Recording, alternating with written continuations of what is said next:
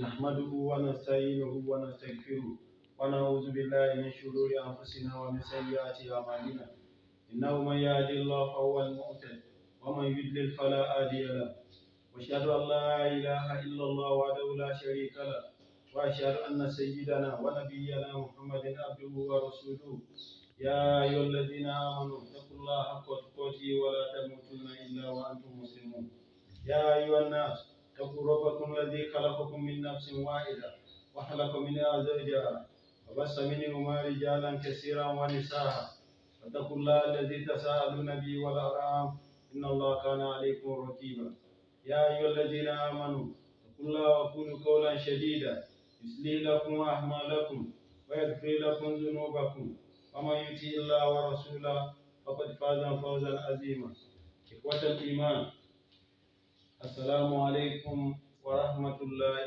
تعالى وبركاته. We give thanks to Allah subhanahu wa ta'ala who has given us another opportunity to gather here for another Salat Jumu'ah. Today being the 4th day of the month of August year 2023, which is equivalent to the 17th day of the holy month of Muharram, year 1445 after the Hijira of Prophet Muhammed from Mecca to Medina. Allah that has given us this opportunity to gather here this afternoon, may He accept this act as an act of ibadah from us and continue to bestow His mercy upon the noble soul of Prophet Muhammad his household, his companions, and we that were on His path. May Allah continue to guide us aright and establish our faith firmly on His path.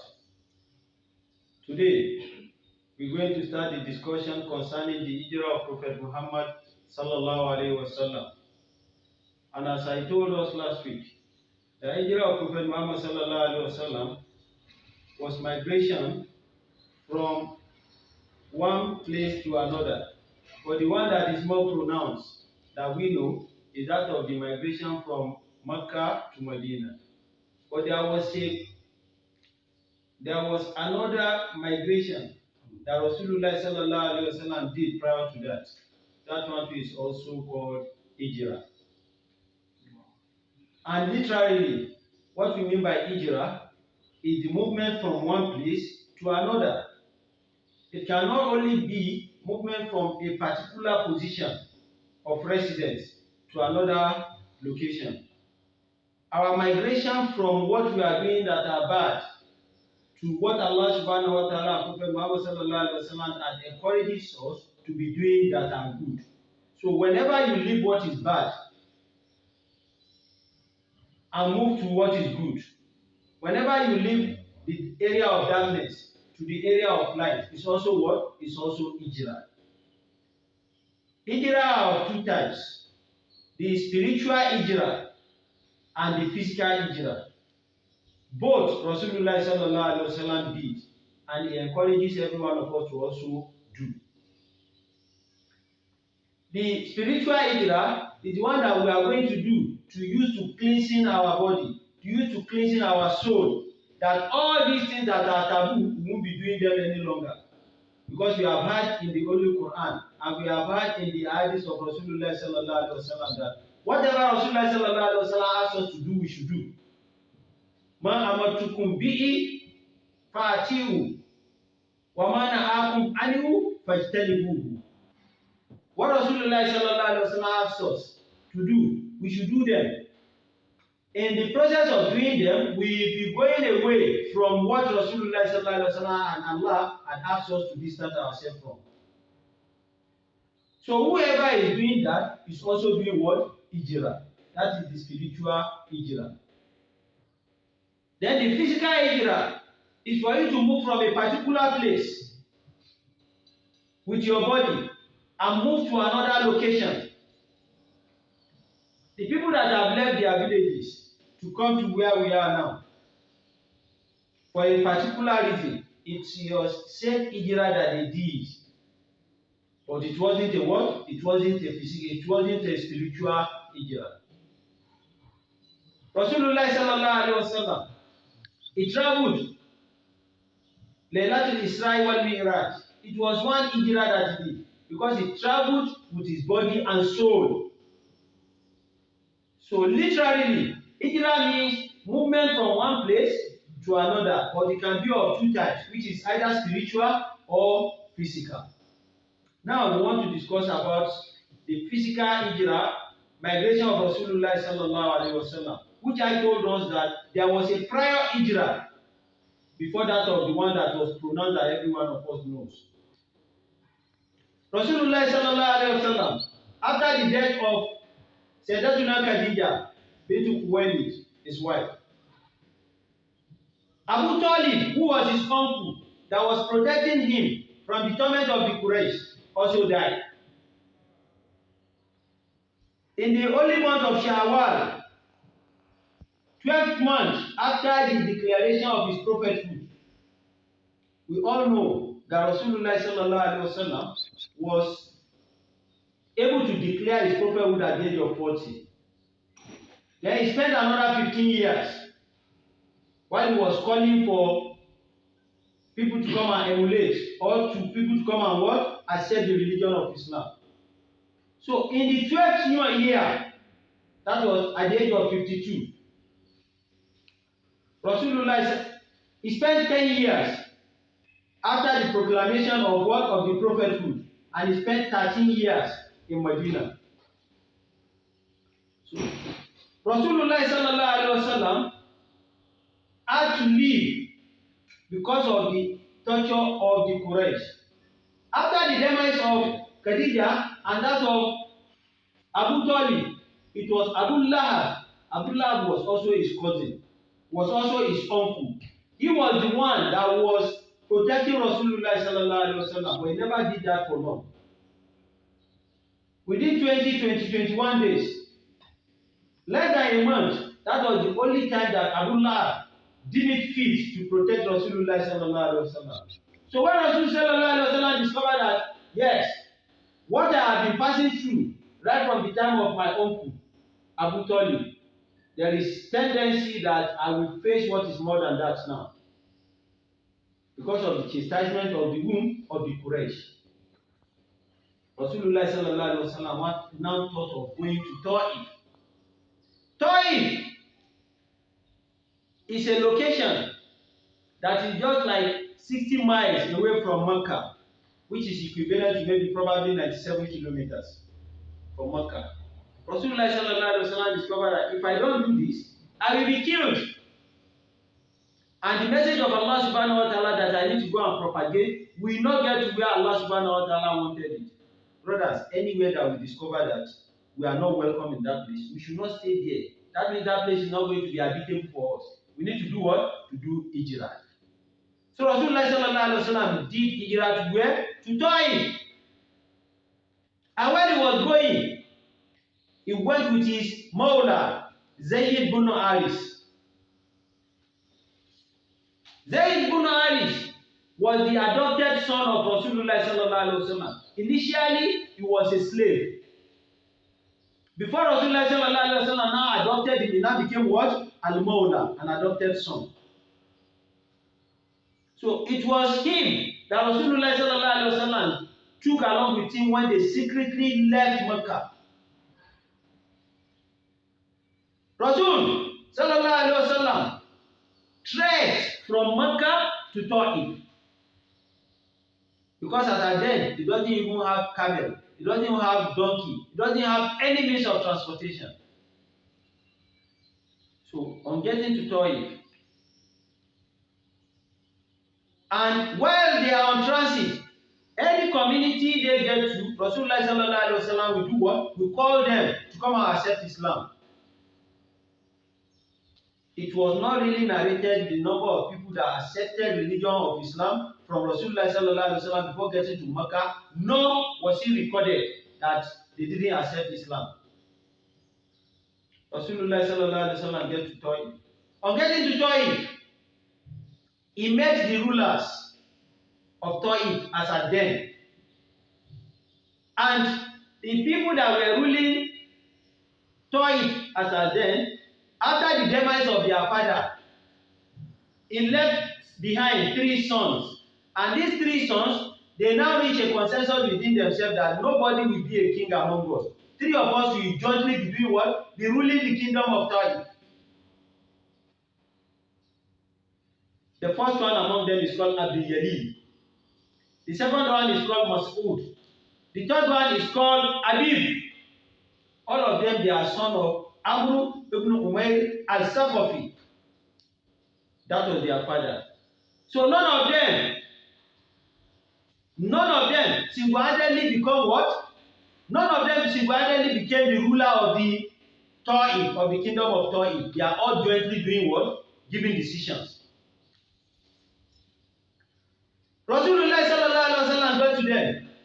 He propagated the deen of Islam to them. That, oh, you people, please come and accept Islam from me. The first one among them said, if you are the one that Allah subhanahu wa ta'ala will send to us as a message, as a messenger, I would rather go and tear the cloth of the Kaaba. That doesn't mean that Allah did not see another person to send instead of you. And you see Taif and Mecca, they are part of the big communities or part of the big town in Hijaz, in the kingdom of Saudi Arabia. They now said, the first one now said, if you are the one that will be sent to us as his messenger, it's better I go and tear the cloth of the Kaaba. The second one said that if you are the one that will come as a, the first one said you go and tear the cloth of Kaaba. The second one said it can never be you. Doesn't Allah subhanahu wa ta'ala see other people that are more valuable than you? And so also, the father of Khalid ibn Walid, Al-Walid ibn Mughira, that was what he was fighting Rasulullah sallallahu alaihi wasallam for. The father of Khalid ibn Walid. That why will Allah subhanahu wa ta'ala now choose Muhammad? Where they are in Mecca, because they are people of nobility, they are people of influence, they are of high caliber. Why will Allah subhanahu wa ta'ala just go and take Muhammad from nowhere? That was what Walid ibn Mughira used to say. And he never accepted the religion of Islam for Rasulullah sallallahu alaihi wasallam till he died. His son was among the people that were combating Rasulullah. But at the end of the day, he later became Sayyfullahi al-Maslul, Khalid ibn Walid. He later became the sword of Allah subhanahu wa ta'ala, that he was killing everybody that did not accept Islam on the battlefield. That was what the second one said. That didn't Allah see any other better person before sending you to us? The third one, among these three sons of Amr ibn Umayr al-Saqafi, he now said, if you are the one that Allah has sent as a messenger, then you must be too holy for me to speak with.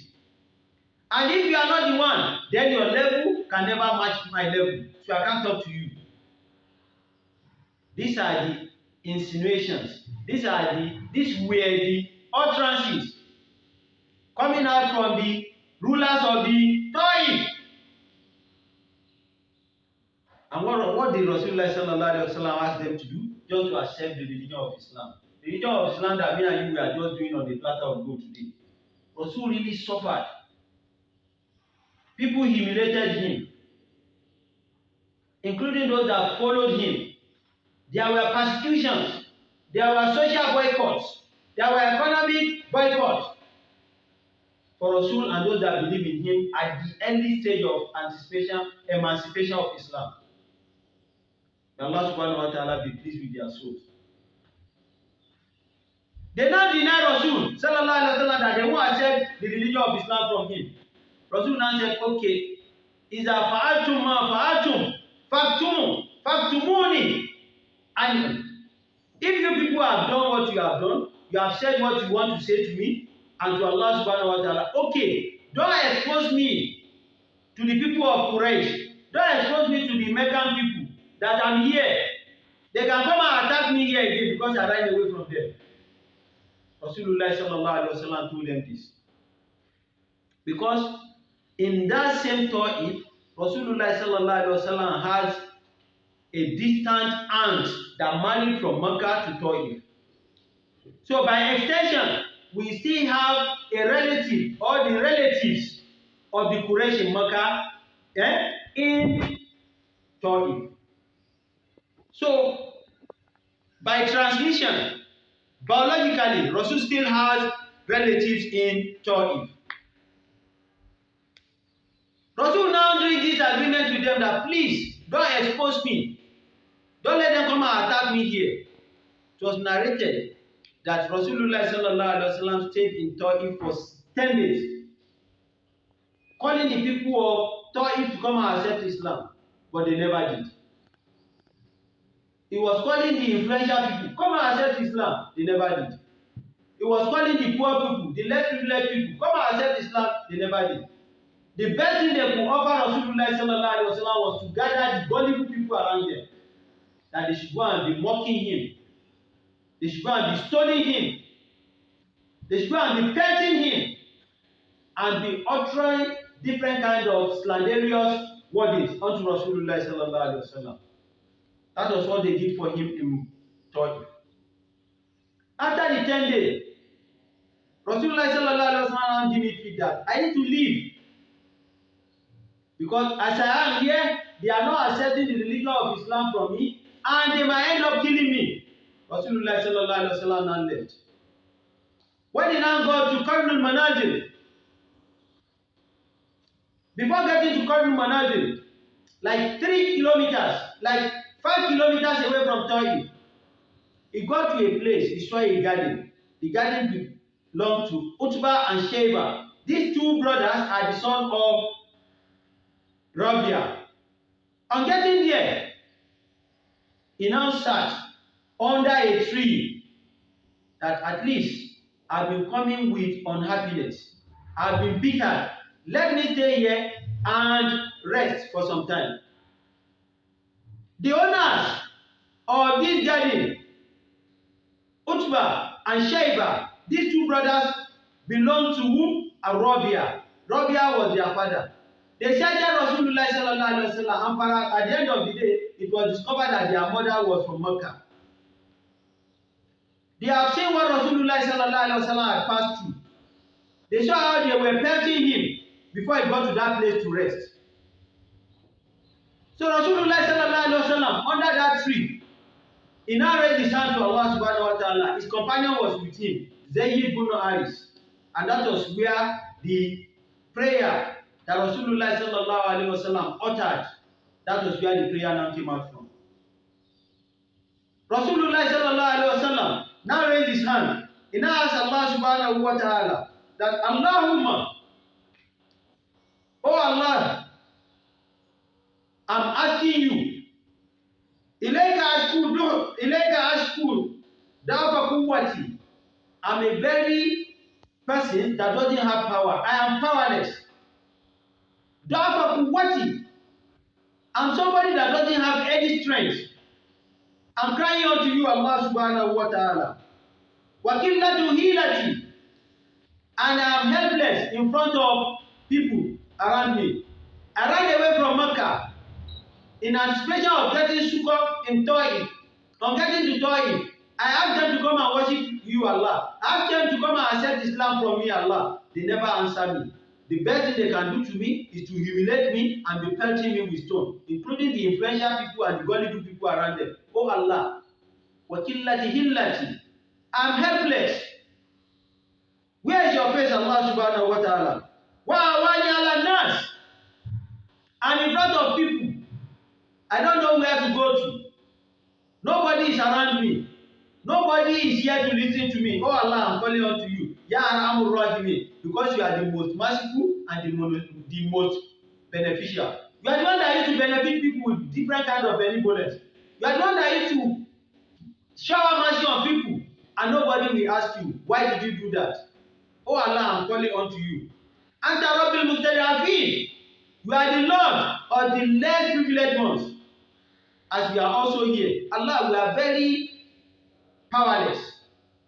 We don't have power. Anta rabbul mustada'fin. Rasul was clear calling Allah with this.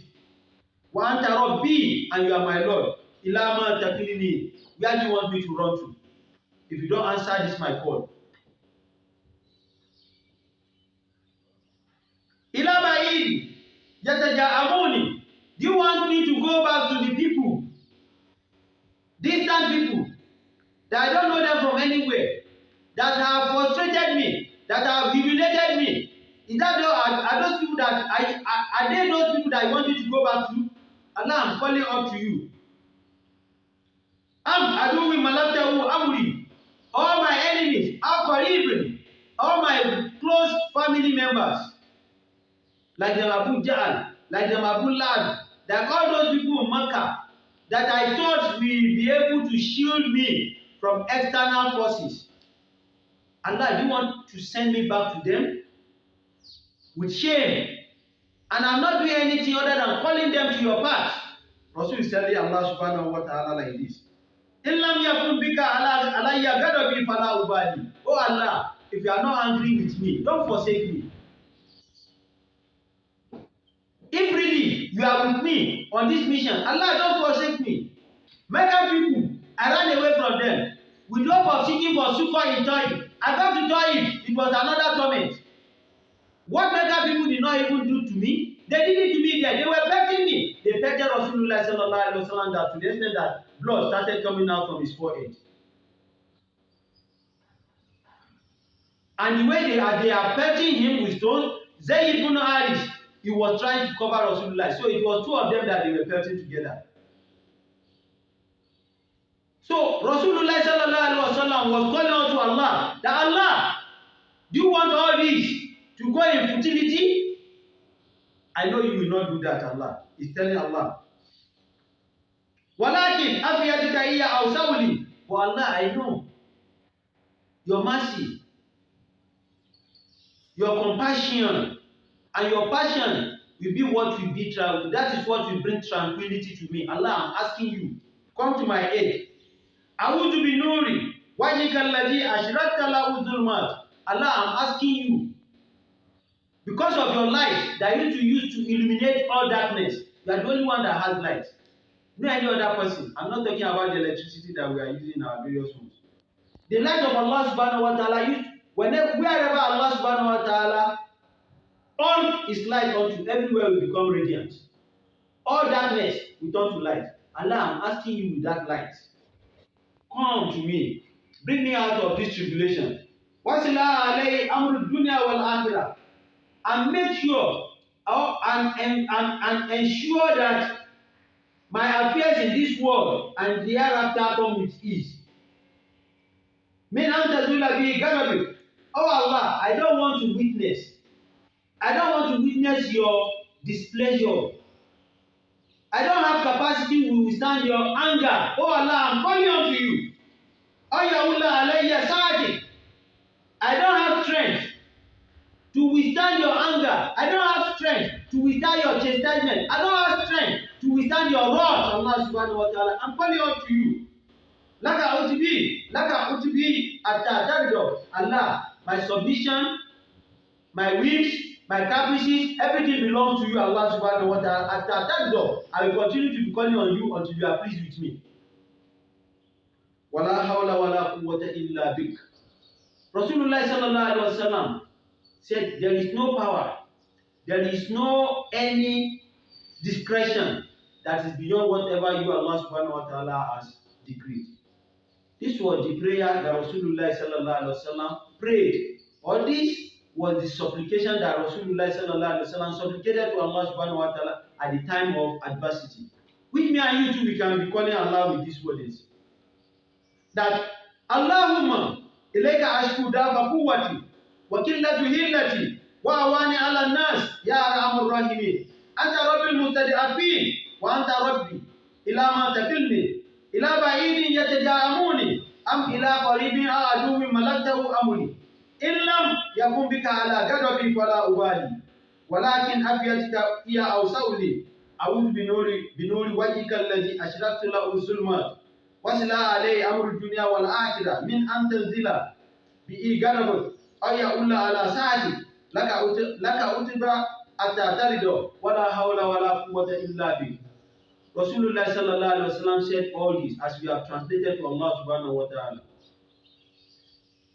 Our scholar encourages us to also master this dua and be reading it at the time of need. Even before time of need. We can be using it for asking some things from Allah subhanahu wa ta'ala. Rasulullah sallallahu alaihi wasallam was under that tree when he raised his hand up and called Allah with all these words. After some time, those two sons of Rabia, Utbah and Shayba, two of them, they now sent their houseboy, their errand boy, they now sent him to Rasulullah sallallahu alaihi wasallam to go and give him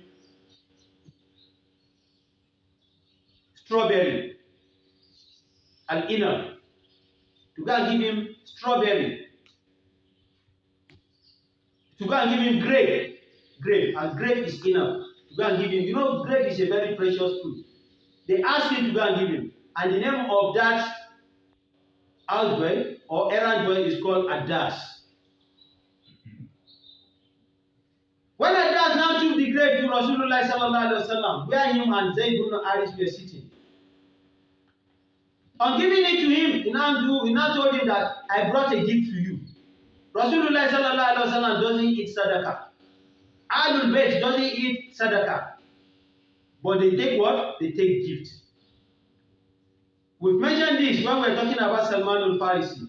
We've mentioned it when we are talking about zakat. All the family of Rasulullah sallallahu alaihi wasallam is forbidden on them to take what? To take sadaqah. But they can take what? Gift. So he now presented it to Rasul at Adas. After presenting it to him, that my master asked me to give you what? To give you gift. Rasulullah sallallahu alaihi wasallam collected it. He appreciated it. When he wanted to start eating it, he now said, Bismillah. So Adas was amazed that nobody has ever mentioned this kind of word in this our community.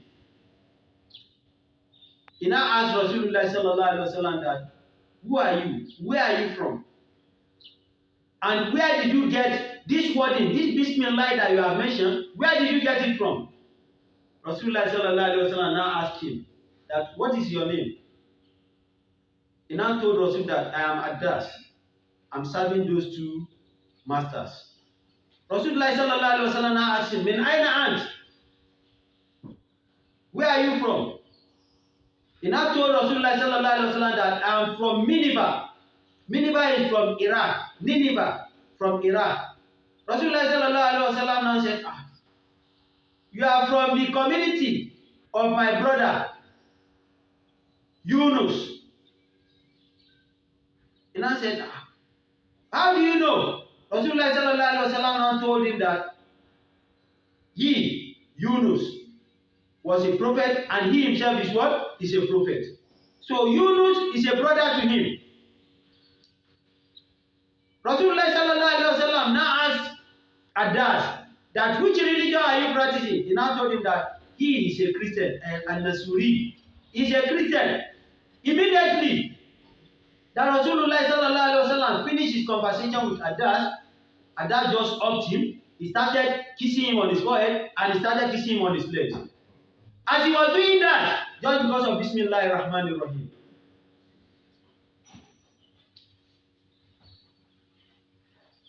He believed that this word, he can never hear it from any person, if not a prophet.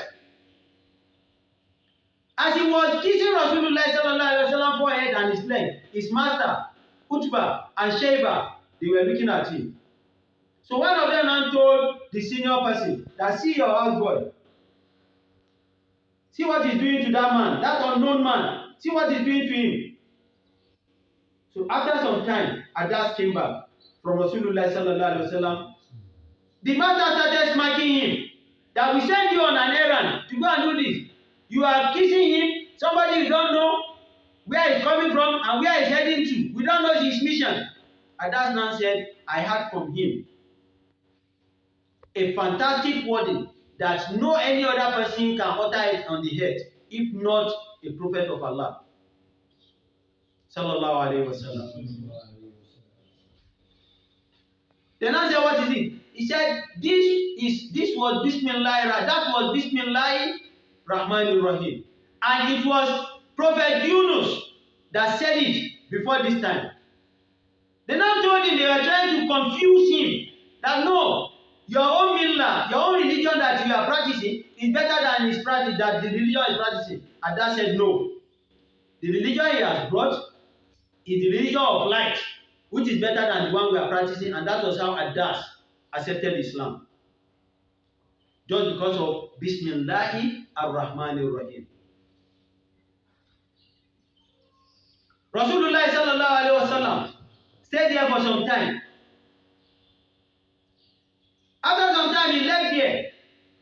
When he was approaching Mecca, he got to a place that we call Qarnul Manazil. Qarnul Manazil, there is a miqat here, where we call miqat is a place where they would judge. Those that go for Umrah or go for Hajj, where they need to make their intention that I'm going for Hajj, I'm going for Umrah. Your sabu ihram, you can wear it from anywhere. You can wear your sabu from here in Nigeria. But you can't make your intention when you want to start the Hajj from Nigeria. Until you get to what? You get to miqat. Qarnul Manazil is a miqat where the people coming from Iraq, people coming from Iran, where they used to do what? Where they used to take their intention that we are going for either Hajj or Umrah. Yah'illa is for people coming from Yemen. Dwafa is for people, we have like 5 mawakits that the judge, they will take their intention for whatever they want to go and do in Mecca and Medina. Zulul is for people coming from Medina. Rasulullah sallallahu alaihi wasallam designated 4 mawakit. It was Umar radiallahu ta'ala that introduced another one, making it 5. That if you meet those 5 places without taking your intention in one of these places, depend on the route where you are coming from. If you miss it, whatever you do as an act of Hajj, Allah subhanahu wa ta'ala will not accept it.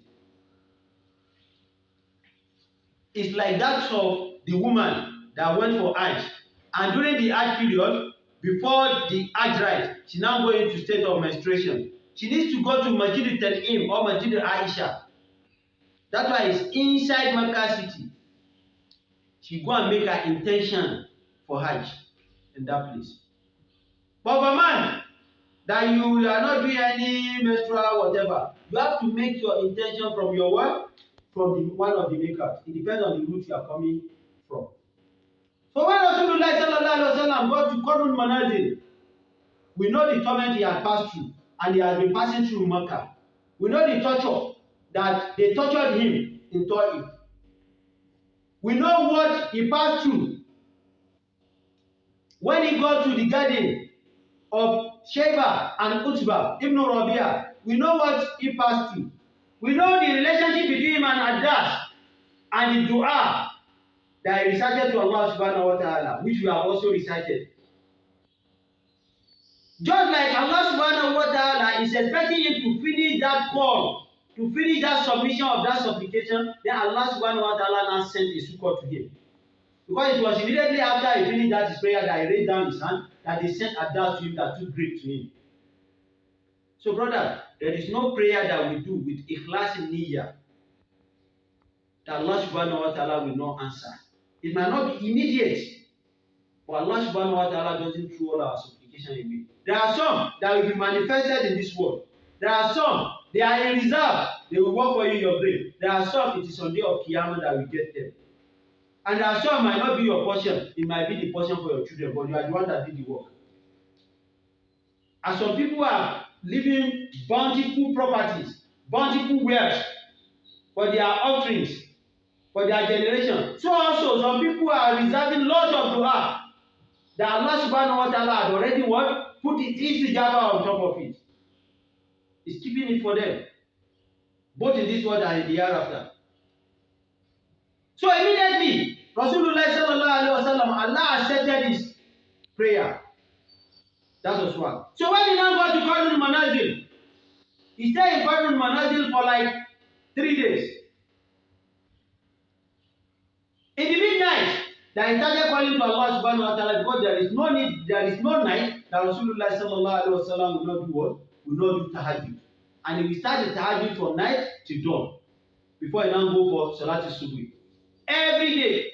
So Rasulullah sallallahu alaihi wasallam, according to manazil, Allah subhanahu wa ta'ala now sent angel Gabriel to him.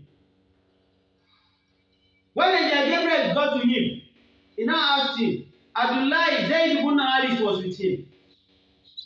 Angel Gabriel now asked him, after their taslim, after exchanging the pleasantries of greetings, he now asked him that Allah subhanahu wa ta'ala had asked me to come with the malakul jibal, with the angels that is in charge of the mountains.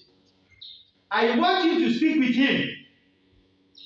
Whatever you want Allah subhanahu wa ta'ala to use the angel of mountains for, request, Allah will grant everything now. Angel Gabriel step aside.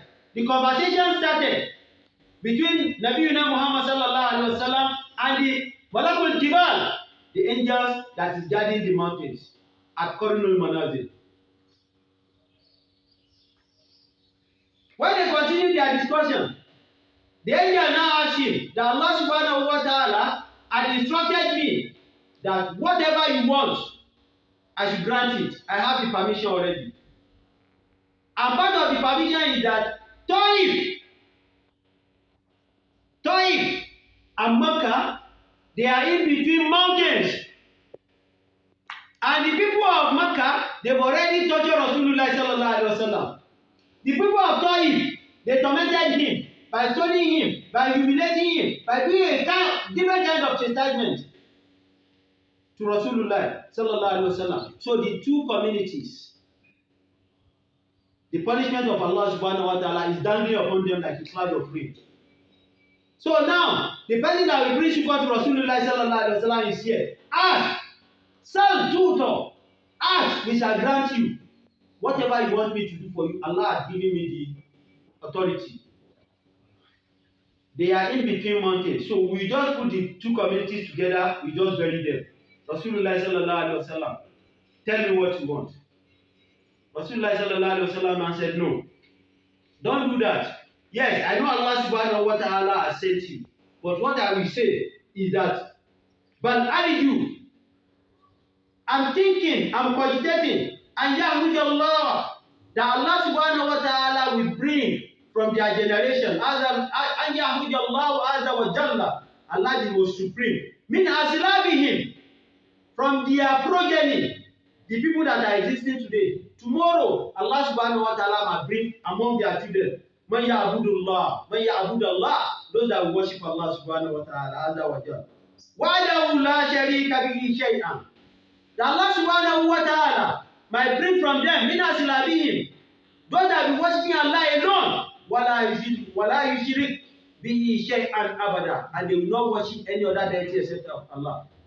You know, the angel of mountain was expecting Rasul to say, yes, perish all of them, join them together. But Rasulullah sallallahu alaihi wasallam said, no.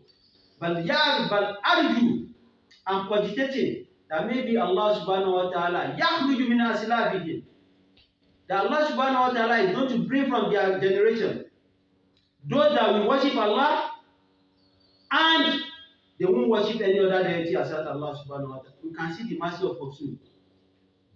As Allah subhanahu wa ta'ala had already told us that laqad kana fi rasulillahi uswatun hasana. This part of the uswa hasana.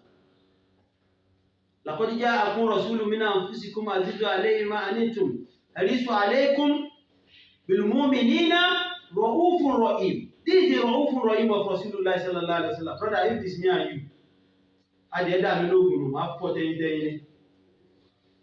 If it is me and you, this is a divine support from Allah subhanahu wa ta'ala.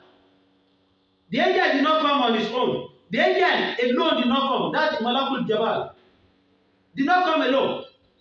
Malaikatul Jibril came with him. He was the one that introduced malakul jabal to Nabiyuna Muhammad sallallahu alaihi wasallam. You can see it was a long deal. It was an assignment that Allah subhanahu wa ta'ala had finished. The only thing he wanted Rasulullah sallallahu alaihi wasallam to say is, yes, clear them off. Rasul said, no, don't do that. there is possibility that tomorrow Allah subhanahu wa ta'ala will produce from their progeny.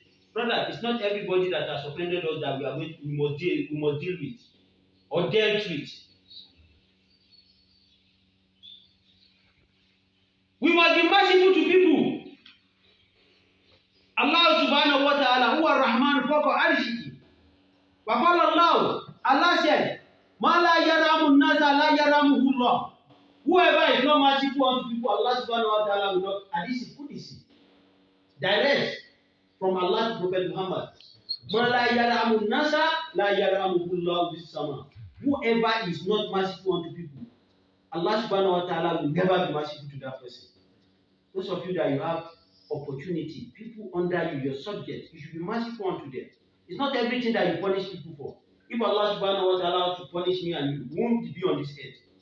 Because of some mistakes, blunder mistakes, atrocities that we have committed. But after we say, Astaghfirullah, he said, guys, let me just forgive him.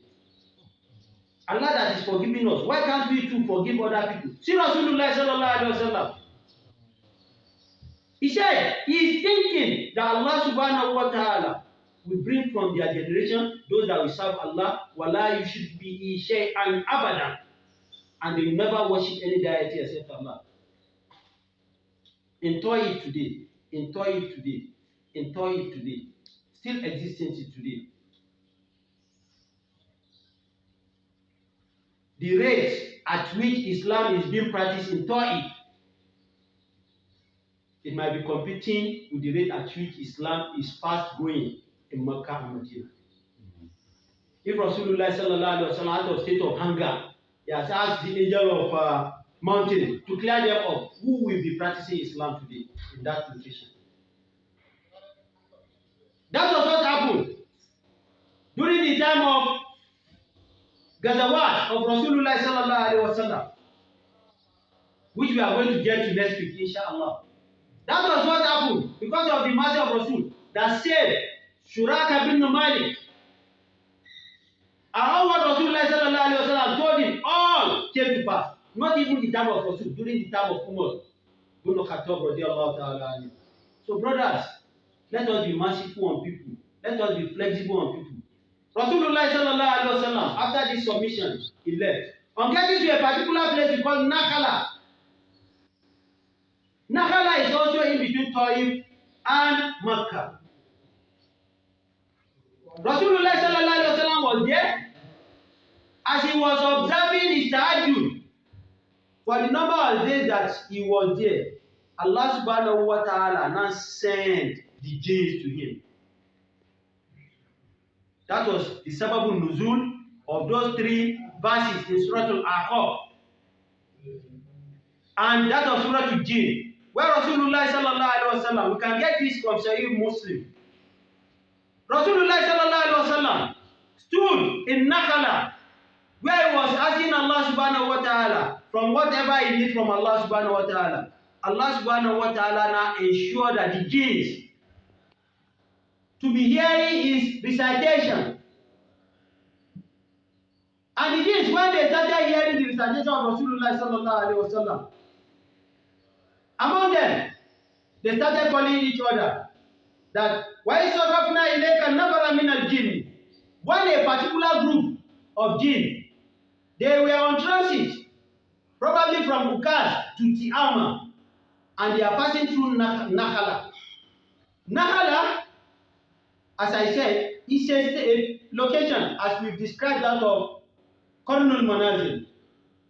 It's a location that Rasulullah sallallahu alaihi wasallam was still standing over there and supplicating to Allah.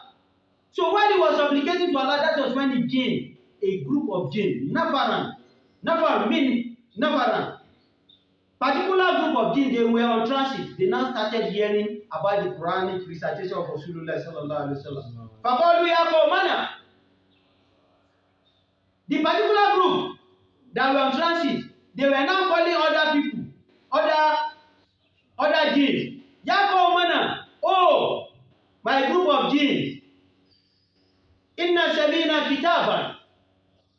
We have heard from a particular group Unzila min ba'di Musa. The book was revealed after the demise of whom? Prophet Musa alayhi salamullah. Musaddiqan liman bayna yadayhi. This book is testifying to the scripture that has gone. You know, inside Quran, we have a Torah. Inside the Quran, we have Injil. Inside Quran, we have Zabura to Dawood. I've explained all this when I started Surah to Kaf. Then we have Sabwa Tiwan, Sabwa Masani. I explained all this. The ones that are equivalent to a Torah, I mentioned those chapters. The ones that are equivalent to an Injil, I mentioned them. The ones that are equivalent to Zabura to Dawood in Al-Quran al-Karim. So every one of them are all together in Al-Quran. So the Jinn are even saying that this book has testified to all the scriptures that came after the demise of Nabi Musa. So all the characteristics of the other scriptures, they are in Al-Quran al-Karim, confirmed by Rasulullah sallallahu alaihi wasallam. The Jinns are also testifying to it. Yah'illa. This book is calling on to the right path, mustada'fin, and is calling on to the well-established roots. It's calling us to have our istiqamah. We come and have our tasbih. This book is calling us to that. Mann, oh, my group of fellow Jinns, Allah. You people should come and listen to the call of Allah. Don't listen to any other thing. All those fallacious prophets that are doing magic, calling it miracle, don't listen to them. Tell them, if they cease calling the name of Holy Jesus, the son of Mary, if they refuse to mention Jesus Christ, who will go to their place of worship, not talk of paying 1/10 of their tithes. It's because of Jesus. Tell any pastor to stop calling Jesus, Jesus, Jesus. Maybe he's going to have disciples in his church. That is what is fetching them what they are using. So this jinn, group of these jinn, are telling other ones that Ajibu, Da'i Allah, I'm calling you out to the right path of Allah. Come and listen to us. Wa aminu bihi, and believe in it. Allah subhanahu wa ta'ala is going to forgive you for all the misdeeds you have done. And Allah subhanahu wa ta'ala will protect you against the torment of hellfire. These were the sayings of the jinns, not human beings. So if the jinns can submit to this level, we that Allah subhanahu wa ta'ala already, whom Allah subhanahu wa ta'ala revealed the Quran unto, then where do we belong to? So Allah subhanahu wa ta'ala sent the angels, sent the jinns to Rasulullah sallallahu alaihi wasallam to show him that if the human beings that we have sent you to, they didn't believe you, they didn't accept you, okay, this is another set of creatures. Abdullah ibn Mas'ud, radiallahu ta'ala anhu, he told us that Rasulullah sallallahu alaihi wasallam, one very night, he just disappeared from their midst. Fakada Rasulullah sallallahu alaihi wasallam, walam yarahu. He disappeared. They didn't know his whereabouts. From night till towards Salat al-Subhi, they were looking for Rasul sallallahu alaihi wasallam. They couldn't find him.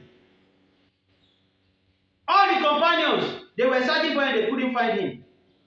So at the dawn, Rasulullah sallallahu alaihi wasallam now appeared from the direction of Garul Hira. Garul Hira that we are going to talk about next week, inshallah. We have talked about Jabal al-Saw. Now Garul Hira, we are going to talk about it. Rasulullah sallallahu alaihi wasallam was not coming from that direction. Everyone of them were amazed. So immediately they rushed to him. Ya Rasulullah, faqadinaka, walam naraka, wa aina anta? Where have you been? We've been looking for you. All this while, we even thought that they have kidnapped you. So right from the time of the Sahabas, they know that we have kidnappers. Abdullah ibn Mas'ud said, we told him that we thought maybe they have kidnapped you. Rasulullah sallallahu alaihi wasallam said, no, they didn't kidnap me and nobody can kidnap me. That it was group of jinn that came on to me last night and they asked me to come and go and teach them Quran. Abdullah ibn Mas'ud said this was what Rasulullah sallallahu alaihi wasallam told them. That a group of jinn invited him to come and teach them Quran and teach them about the jinn. So, indicating that among the jinns, when we are talking about the jinn, we have the Muslim jinns and we have the kuffar jinns. All those ones that all these soothsayer malams, these sorcerers, these are one jalabi that they used to use, and those ones doing magic. The kuffar among the jinns are the ones that they are sending on an emissary. They are sending as emissaries. They are the ones they are sending on an errand. That they call one man and say, Alpha Allah, right? It's using the demons, the jinns, that are not the mu'min among them. We are going to see from Surah to Jinn. Rasulullah sallallahu alaihi wasallam now said, anyone among you that wants to know about them should follow him. So Abdullah ibn Mas'ud now said, they now follow Rasulullah sallallahu alaihi wasallam. Rasulullah now take them to a particular place where him and the jinns, they held a meeting last night. And when they got there, they saw the traces of the light that they lit at that particular place. Yes, there was a gathering here last night. That was one. This is in Sahih Muslim. There is another one that was narrated in Mustadrik Ibn al-Mustadrik al-Akim. Al-Mustadrik is a compilation of series of hadiths of Rasulullah sallallahu alaihi wasallam. This man that compiled this hadith, he compiled it at a very old age. Very old age. And what happened? He went back to Islamiyah, he went back to Madrasa at a very old age. One day he has two sons. His two sons, they were having an argument between themselves. One is saying this hadith that you have narrated is Saheed. The other one is saying this hadith that you narrated is Taif. So the two brothers of the same father, they are having a heated misunderstanding. So their father now came, and the father never knew anything about the hadith. And you know we have different kind of hadiths. We have hadith in Sahih, we have hadith in Taif, we have hadith in Sahih, we have hadith in Garib, we have hadith in Zabza. So also as we have all this, as I told us 2 weeks ago, we also have it in the Ayatul Quran. So this man said, instead of you people to be fighting each other, pretending that you are nearly hitting each other, giving each other a dirty blow. Okay, let me balance the equation for you. You are saying you have hadith in Sahih, hadith that is right, abi, that is authentic. You are saying you have hadith in Duah, hadith that is not authentic. Okay, me, to balance the equation, we have al-hadith mutawassit. We have hadith that is not Sahih, and we have hadith that is Sahih. So I'm in the middle. That was how they started mocking their father. That Kai, how can we have hadith mutawassit? It's either you are on the right hand side or you are on the left hand side. You can't say you are in the middle. In Kebu kana chicken middle at the center. La ilaha illallah wa la ilaha illallah. You must belong to one place. We know you as Ahlul Jannah or Ahlul Nar. Ahlul Arab are quite different. That one is another case. Or Ahlul Fitra. That one is another case. Like somebody that says he's doing Islam. You do Christianity small, you do Islam small. That is not acceptable. You be either one or you leave it. So this man, because of the mockery that his children now mocked him, he now went back to Islamiyah. He started learning Quran. He started learning Ahadith. This man now gathered knowledge to the extent that he compiled the Ahadith of Rasulullah sallallahu alaihi wasallam. Nobody is hearing about his children's name now. It's him at that point that were. That was what led to the hadith of Al-Mustadrik. So that Al-Mustadrik is the one, I've quoted that of Sahih Muslim, right? Abdullah ibn Mas'ud now said, one day, Rasulullah sallallahu alaihi wasallam now asked, that who amongst you that wants to know or feel how the jinns are operating should follow me. He said everybody was mute, nobody talked. So he was the only one that followed Rasulullah sallallahu alaihi wasallam. They left Mecca. They started going. On getting to a particular place, Abdullah ibn Mas'ud said Rasulullah sallallahu alaihi wasallam now drew a line on the ground. He now put a circle. He now told Abdullah ibn Mas'ud that stay inside this circle and don't cross this line. Stay inside this circle and don't cross this line. Abdullah ibn Mas'ud now said, Rasulullah sallallahu alaihi wasallam started going. He left him there, only him. Solitary, only him was standing inside the circle. Nobody in front, nobody in back, nobody up, nobody down. Abdullah ibn Mas'ud said Rasulullah kept on reciting some verses of the Holy Quran to the extent that the whole cloud now became black. Rasulullah sallallahu alaihi wasallam kept on going to the extent that he can't find him again. He was still standing where he was. The cloud is of two types. The first one went with Rasulullah sallallahu alaihi wasallam, and the other one was still retaining. When Rasulullah sallallahu alaihi wasallam now came back, now said, "Oh, what have you seen?" He said, "It was cloud that I see, a dark cloud." Rasulullah sallallahu alaihi wasallam said, "It's not ordinary cloud. Those are the jinns that came to me." And the ones that you saw here, they were just staying back. They are also jinn. So there are a lot of places that Allah subhanahu wa ta'ala used to show Rasulullah sallallahu alaihi wasallam something that Rasulullah sallallahu alaihi wasallam will also show his companions. They might not be able to understand. They might not be able to see what Rasulullah sallallahu alaihi wasallam has seen, but he will let them know that this is what really happened. Now, at Nakhla, before Rasulullah sallallahu alaihi wasallam will enter Makkah, that was where he had interaction with the jinn, and that was another sababul nuzul of Surah al-Jinn. قل أوحي إلي أنه استمع نفر من الجن فقالوا إن سمعنا قرآنا عجبا يهدي إلى الرشد فآمنا به ولا نشرك به ربه أحدا. Surah al-Jinn and then Surah al-Aqab. These are the sababul nuzul of this chapter and these verses. That of Surah al-Jinn is from chapter verse 1 to verse 15. It's talking about all their relationship with Rasulullah sallallahu alaihi wasallam at that particular night. So after this experience, Rasulullah sallallahu alaihi wasallam started approaching Makkah. So when he was about getting to Masjid al-Haram, he now saw a particular boy from Bani Uzza'a. We have different kind of clans in Makkah. Bani Uzza'a, he saw a boy. He now called the boy. He now told him that he should go and help him, ask for permission to enter Makkah. Somebody that is the son of the soil from that place is now pleading to enter here. The boy now said, "I can't go." He said, "I can't go." Rasulullah sallallahu alaihi wasallam, before even getting there, Zayd ibn Haris, his mawali, his companion that was with him, he now said, "Oh master, we are getting close to Masjid al-Haram now. How are we going to enter?" Rasulullah sallallahu alaihi wasallam said, "Don't worry. Allah subhanahu wa ta'ala that has given me the opportunity to go and come back, he will surely prepare how I'm going to enter." So Rasulullah sallallahu alaihi wasallam now sent another person to one of the elites, one of the influential person in Makkah. We call him Al-Ahnas ibn Shuraik. Al-Ahnas ibn Shuraik. That one I said, "No. Yes, I've gotten the message, but la yuja, I can't guarantee you. I can't give you visa into Makkah.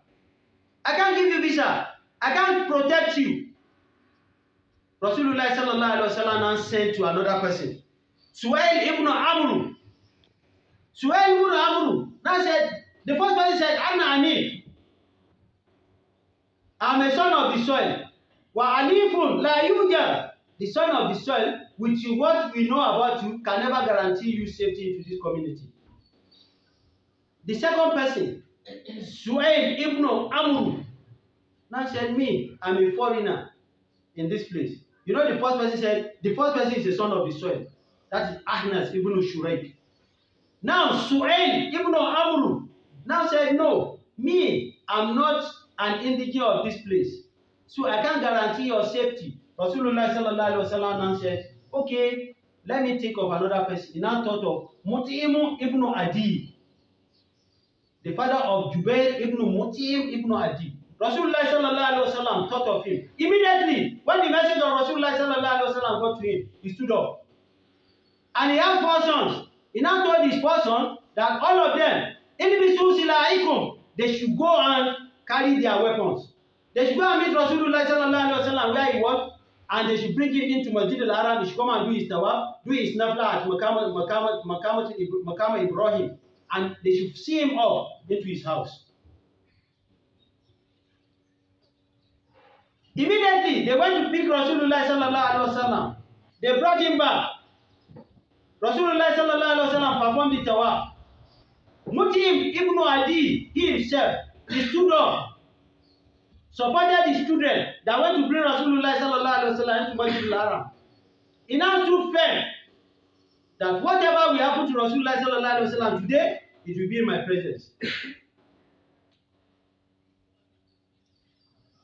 After Rasulullah sallallahu alaihi wasallam finished his tawaf, he went to Maqam Ibrahim. He do the 2 nawafil that we're supposed to do, that we are asked to be doing. He performed it. Before he finished the performing of those 2 nawafil, Abu Jahl, la'natullahi alayhi, he came around. So he now went to Mutim ibn Adi that, Atadgam, have you left the path of your parents, which is worshipping of the idols, and you are now following Rasul? And you are not following Muhammad, because they don't need to call him Rasul. They don't accept him as a messenger. They don't accept him as a what? As a prophet. They now asked him. He now said, no, I'm only here to guarantee his safety. And whoever is up to the task, to come and harm him. Mutim ibn Adi said that.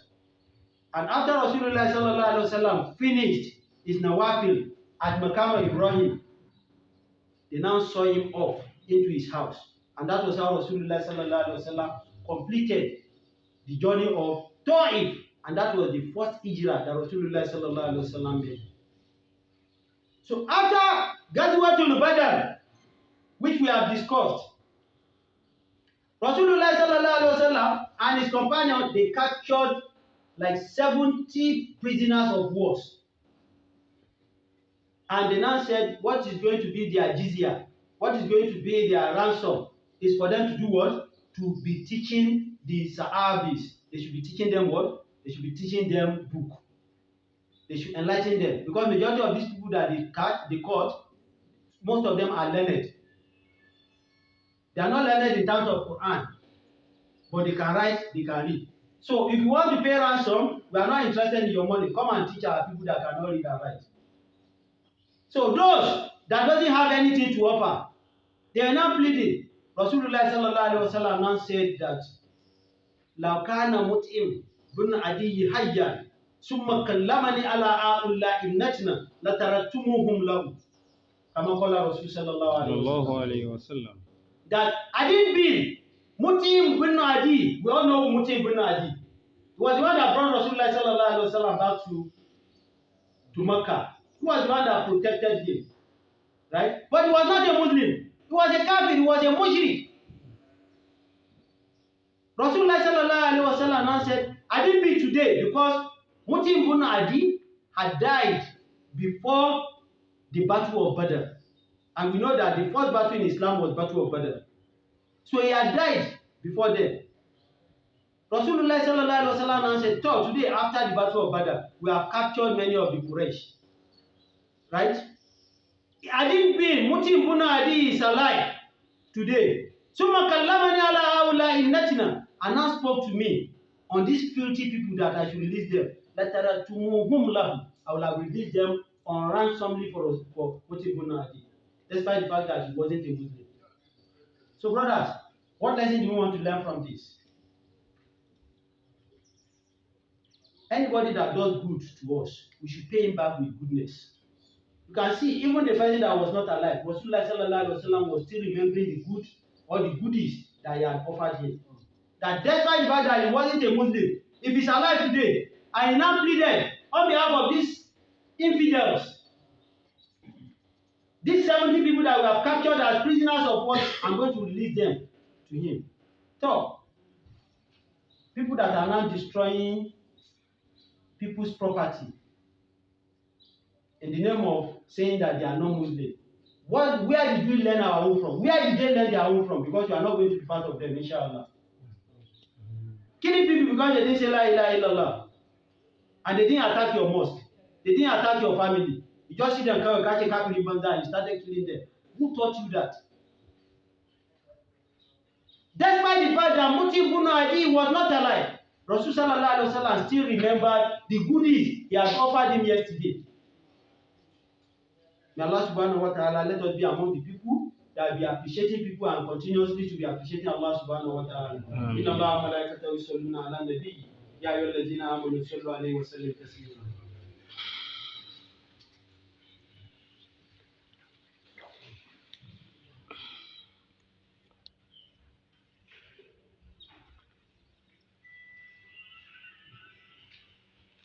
Alhamdulillah, wassalatu wassalamu ala man la nabiyya ba'da.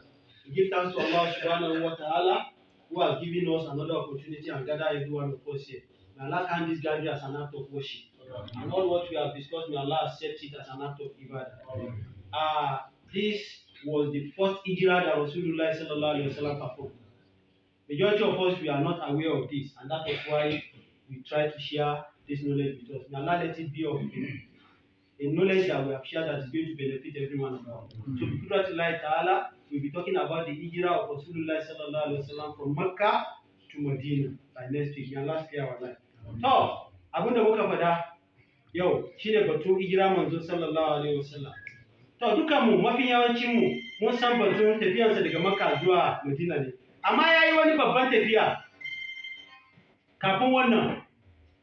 Bayan da Allah ya bashi dama ce ya sanarwa ce ni na zama manzo, na zama annabi yau, na zama manzo Allah sallallahu alaihi wasallam a shekara na 12 a cikin watan Sha'wal, watan na 8 na Hijriya. Bayan da matansa Khadija ta rasu, bayan da kakansa kani babansa Abu Talib bayan da ya rasu, mutanen Makka suka ta fara jima manzo Allah sallallahu alaihi wasallam ciwo, har ma ba so kowa gan kowa tsakaninsa. Sai manzo Allah sallallahu alaihi wasallam ya ce to ba abin da zai yi, Allah yana jira izininka, kuma izinin abu manzo Allah sallallahu alaihi wasallam zai yi sai da izinin gurin Allah. Kuma akwai wani a cikin iyalinsa ana kiransa Abu Lahab. Abu Lahab shi ne ya kamata ya tsaya masa a matsayin uba. Shi ma bayan sati 2 sati 3 sai ke wai kai ba zan iya tsare ka kuma ba. Sai aka bude shi ana so shari'a ta same shi. Sai Allah ya masa ce fita, sai wuce Taifa. Taifa yana da kilomita 96 ko da 7 zuwa cikin garin Makka. Manzo sallallahu alaihi wasallam yayi tafiya akan kafa domin bai da rakumi. Bai da mota, bai da jaki. Bai da komi, amma Allah ya bashi komi. Kuma tafiya da zai yi asirice ne, yana so ya tafiya amma ya tafi da bawansa. Muna ce masa Zayyid bin Aris, bayawa da ya mayar da shi ɗa, suka fita tare. Suka tafi, da suka kai Taifa, sun yi zama kwana 10 a gurin. Da suka kai Taifa, wanda suna mulkin garin, yara guda 3 ne, ubansu ne sarkin gari, amma tun da ubansu ya rasu, sun yi sakayya ce wai a cikinmu ba wanda zai zama sarki, dukanmu ne za mu yi ta ba da izinin cikin garin nan.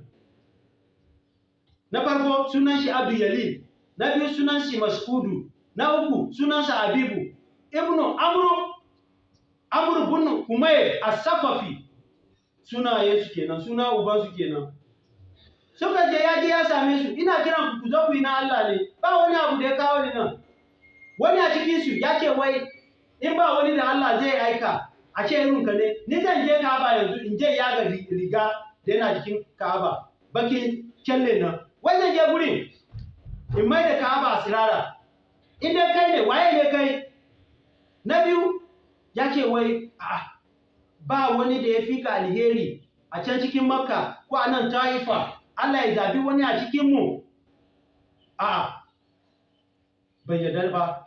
Na uku ya ce wai in kai lallai gaskiya kai annabi ne, kai manzonsa ne, to ka fi mu darajar ka yafi nawa ba zan yi an tsaya inda kake magana ba in kuma ka yi mana karya ne to baka nisance wanda ya kamata ya diga magana da su matsayi na yafi naka duka maganganu da su kudin nan suka faɗi kenan sai manzo sallallahu alaihi wasallam sai ya musu ce to in kun yi wannan maganganu kun yi abin da kun ce za ku yi to da Allah ku rufe mu asiri kar ku bari mutanen Makka su sake ina nan ku rufe mu asiri to yana cikin Makka din nan yana cikin Taifa din nan yara cikin Taifa suka fara ta jefa masa duwatsu manyoyi cikin Taifa suka fara maganganun kalaman banza bayan kwana 10 sai manzo sallallahu alaihi wasallam sai bai Taifa sai fara wucewa inda Allah zai ce ya wuce domin bai tafiya akan iliminsa sai abin da Allah ya ce yi da manzo sallallahu alaihi wasallam ya fita kamar mai guda 3 kamar kilomita 5 ko 6 ya fita a cikin Taifa din nan suka koma masu jifansa suka koma baya sai ga wani katanga na gona sai zona a karkashin wani bishiya akwai wasu mazaje guda biyu suna da wani bawa muna ce bawa sunan bawa din Addas suna mazajen nan Utuba da Shaiba ubansu ne Rabi'a sai suka gango shi manzo Allah sallallahu alaihi wasallam an karkashin bishiya din nan sai daga hannunsa yana ta kira Allah ni ba ni da karfi ni a gaban mutane ba wani abu bane Allah in lalle kai ne ka aike ni wannan aiki Allah in ka san kai ne ka ce ni manzonka ne ni annabinka ne to ka sare ni ina to na karanta addu'a din nan da yake zai ma dukkan mu amfani duk masu karfi in suna ce suna so su yi jabaruti din su akan mu in mun karanta irin wannan addu'a Allah Allah will take care of them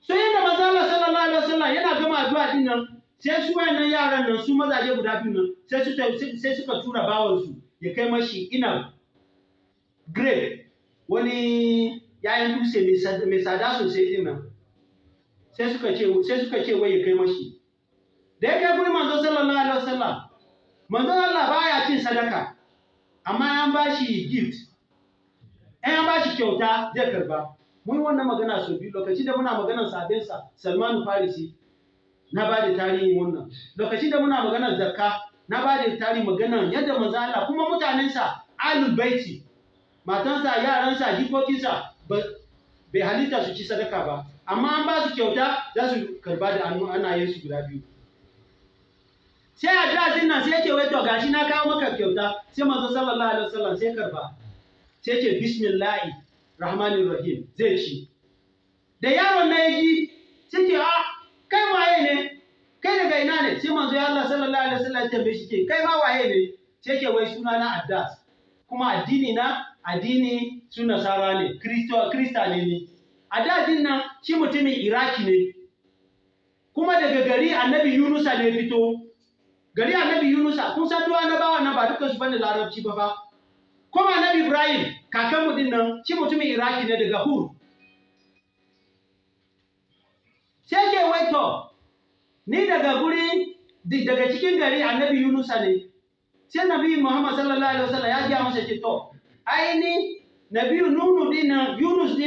Yunus bin Mata Yunus din nan ai shi dan wana ne domin shi annabi ne ni ma annabi ne aka ne yaro na adda sai rungume manzo Allah sallallahu alaihi wasallam sai ke ta soke baki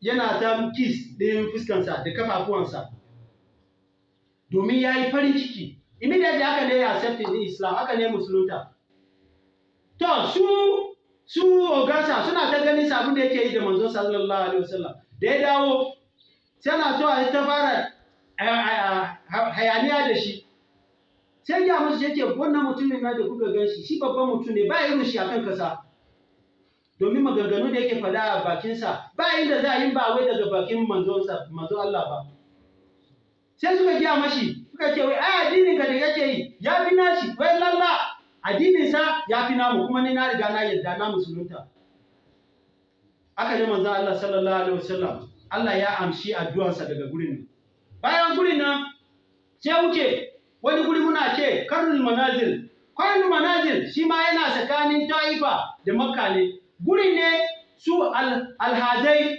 suna ɗaukar niyyarsu wanda zai je umra wanda zai je hajji. Muna kira gurin miqat. Na yi maganganu a kan wannan. Mawaki da muke da su guda 5 ne. Manzo Allah sallallahu alaihi wasallam ya assasa guda 4. Umar ne zai hada guda 1 ya zama guda 5. So duk wanda ya je umra ko ya je hajji, in ma ka sa rigunan ka na ikram daga nan ko ba laifi, amma niyya aikin hajji da zaka je kai sai ka kai miqat din nan. So akwai manazil din nan muna da miqat din nan na mutane Iraki ne da mutane Iran. Daga gurin ne su suna yin niyyar su ce za mu je mu yakin hajji ko umra. Manzo sallallahu alaihi wasallam yana gurin nan sai Allah ya tura masa su aljanni. Yana ta karatu su aljannin nan suka fara ji babban karatunsa. Wayansu suna kan tafiya ne sai suka koma baya suka je sun gaya ma wanda ba su akan tafiya ce to mun ji wani babban littafi yau, mun ji wani karatu daga cikin wani babban littafi da yake littafin nan da muka ji karatunsa ya yi magana akan littattafai da ya gabata da annabi Musa. Kuma na lokaci da muna karatun kutuba ɗin suratul kafi a nan na gaya mana akwai wasu surori a cikin Kur'ani sun yi daidai da taurata na annabi Musa, sun yi daidai da injila na annabi Isa, sun yi daidai da zaburatu na annabi Dawud. Dukansu Allah ya hada mana su ya saka su a cikin Kur'ani. To manzo mu ya fi dukansu ko bai fi su ba sallallahu alaihi wasallam. So muna neman taura yana cikin Kur'ani, muna neman injila yana cikin Kur'ani, muna neman zabura yana cikin Kur'ani. Ba wani littafi da ya fi nan manzo Allah sallallahu alaihi wasallam girma, kuma babu. Ba taba samun irinsa ba irinsa, kuma ba za mu taba samun irinsa ba. Kuma ba abin da za a kira cikin Kur'ani, kuma ba abin da za a hada. Tunanin da Allah ya ce al-yawma akmaltu lakum dinakum wa atmamtu alaykum ni'mati wa raditu lakum al-islam ad-din. Ba za ka iya cire komai ba za ka iya hada komai ba. Amma an ciccire wasu ayoyi da shine zai kai mu gurin karatu an-nasu wa mansu, abrogation of verses in the Holy Quran. Allah ba mu rana da zamu yi wannan. Na su aljannin nan suka kira yan uwansu ku za ku yi magana suka yi wannan dogon labari. To akwai wani sahabi ana ce masa Abdullahi ibn Mas'ud. Muna da su a Badalla kamar guda 5. Muna Abdullahi ibn Mas'ud, Abdullahi ibn Abbas, Abdullahi ibn Mubarak, Abdullahi ibn Umar. Muna da su a Badalla duka haka. To wannan Abdullahi ibn Mas'ud shine sahibun nahdai Rasul. In manzo sallallahu alaihi wasallam ya cire takalminsa shine ke kwashi zai rike shi. Sandan manzo zai rike, asiwakinsa zai rike. Yadda manzo sallallahu alaihi wasallam yana da wanda yake ajiye a gurin shi asiri ko asiri ne zan ce ko asiri na shine Huzaifa ibn Yamani sahibu sirrun nasul. Duk sahabe guda ya suna da wani abu da Rasulullahi sallallahu alaihi wasallam very unique da ya ajiye a gurin su. So Abdullahi ibn Mas'ud ce wata rana suna ta neman manzo sallallahu alaihi wasallam ba su gashi ba, ina yaje sun doka ko su kidnappers sun sace shi ne daga dare zuwa yau da safe kafin asuba.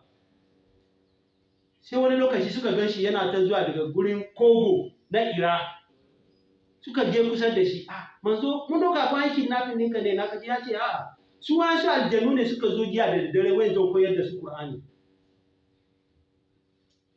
Na ɗaya kenan wannan tarihi yana cikin sahih Muslim. Na biyu kuma nake yana cikin wani littafi ana ce Mustadrak ibn al-Hakim. Waye ne mutumin nan da ya tara wannan nayi bayanin sa. Wannan suke wai manzo ya tambaye su waye ke so ya gan su aljanni. Ya yi magana da sahabbansa ba wanda ya ansa sai Abdullahi ibn Mas'ud. Sai suka je har manzo sallallahu alaihi wasallam ya wuce akwai wani what is cloud hadari ya yi duhu sosai har yana ta tafiya yana ta karatu ba su gan shi kuma ba. Da ya dawo sai manzo sallallahu alaihi wasallam sai tambayi Abdullahi ibn Mas'ud ya yi wani saku aka a kasa kuma ya sa layi guda ɗaya ya ce bai ka sa a cikin wannan saku kar ka sallaka wannan layi, in ka sallaka wani abu zai faru. So da manzo sallallahu alaihi wasallam ya dawo sai ga adari din wani adari ne ya tafi da shi ga wani hadari sai manzo sallallahu alaihi wasallam ya ce wai me ne ka fahimta yace ina dai kana ta karatu wani hadari ya wuce da kai manzo ya ce wai su aljanna kenan kuma mu'mine kenan wannan ma da wannan hadari kuma yanzu wai wani suke nan ma suna jira wani abu ne so yayi sa ya ga wani iri aljannu domin iri halitta ne Allah ya halice su aka ne manzo sallallahu alaihi wasallam ya bar gurin nan sai ga wani guri kuma ana ce nahala daga nahala din nan sai tura wani daga wani yaron cikin makka shi kade da zai tuna haris ne fa bawansa ko mawalinsa da yake gurin nan sai ce wai ina so a je a bincike mu yanda zan shiga makka sai aka tura shi gurin mutane guda uku na farko ana ce masa alhanas ibn shama wannan ya ce wai kai ai dan kasa ne kuma ba wani a cikin mu da zai bada izini ka shiga dukan mu mun ce wai ba ma son ka cikin garin nan na biyu ya ce wai shi ba dan kasa ba shi ma yana zama a kasa ne yadda mafi yawancin mu mun zo nan gari mu ba dan garin nan ba ko sai shi na biyu na ya ce wai ai ni ba dan kai garin nan ba ni da izinin shiga da kai sai wani muna ce masa muti mu bunnu adi na uku din kenan mutum din adi yana da yara na mazaje guda hudu sai ke wai dukkan su je su doki takobin su da adadin su da bindiga duwa kayan yaki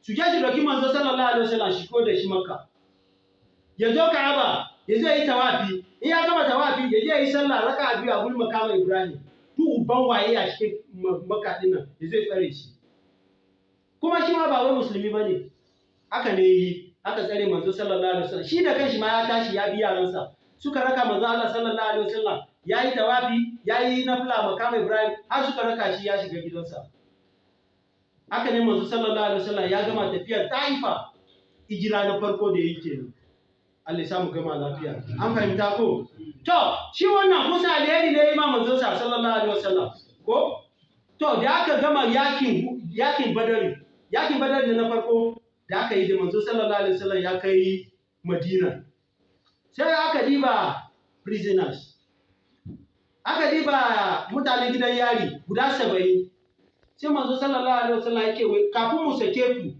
ku koya ma yaran mu ku koya musu karatu ba karatu addini ba karatu su ya rubuta su ya karanta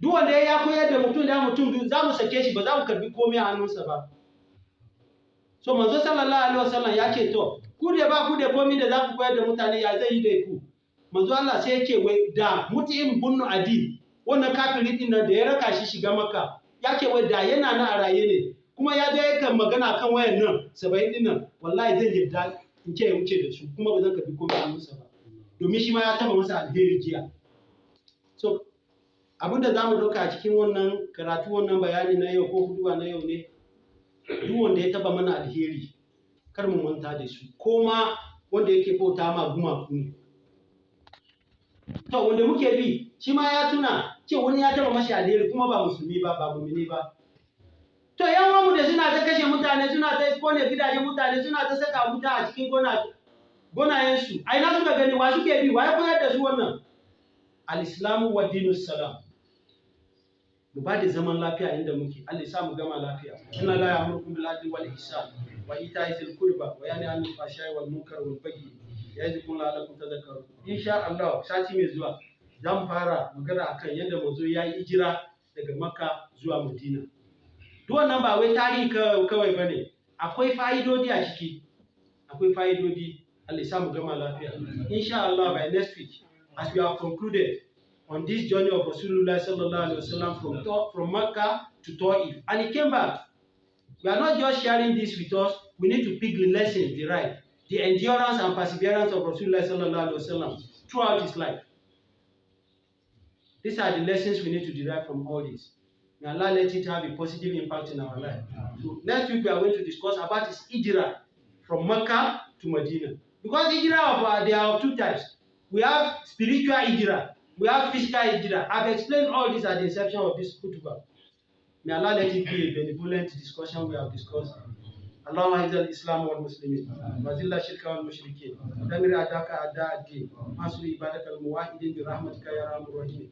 اللهم آت نفوسنا تقواها وزكيها أنت خير من زكاها أنت وليها ومولاها بسم الله الذي لا يضر مع اسمه شيء في الأرض ولا في السماء رضيت بالله ربا وبالإسلام دينا أبي محمد النبي صلى الله عليه وسلم سبحانك اللهم وبحمدك أشهد أن لا إله إلا أنت أستغفرك وأتوب إليك قوموا إلى صلاتكم يرحمكم الله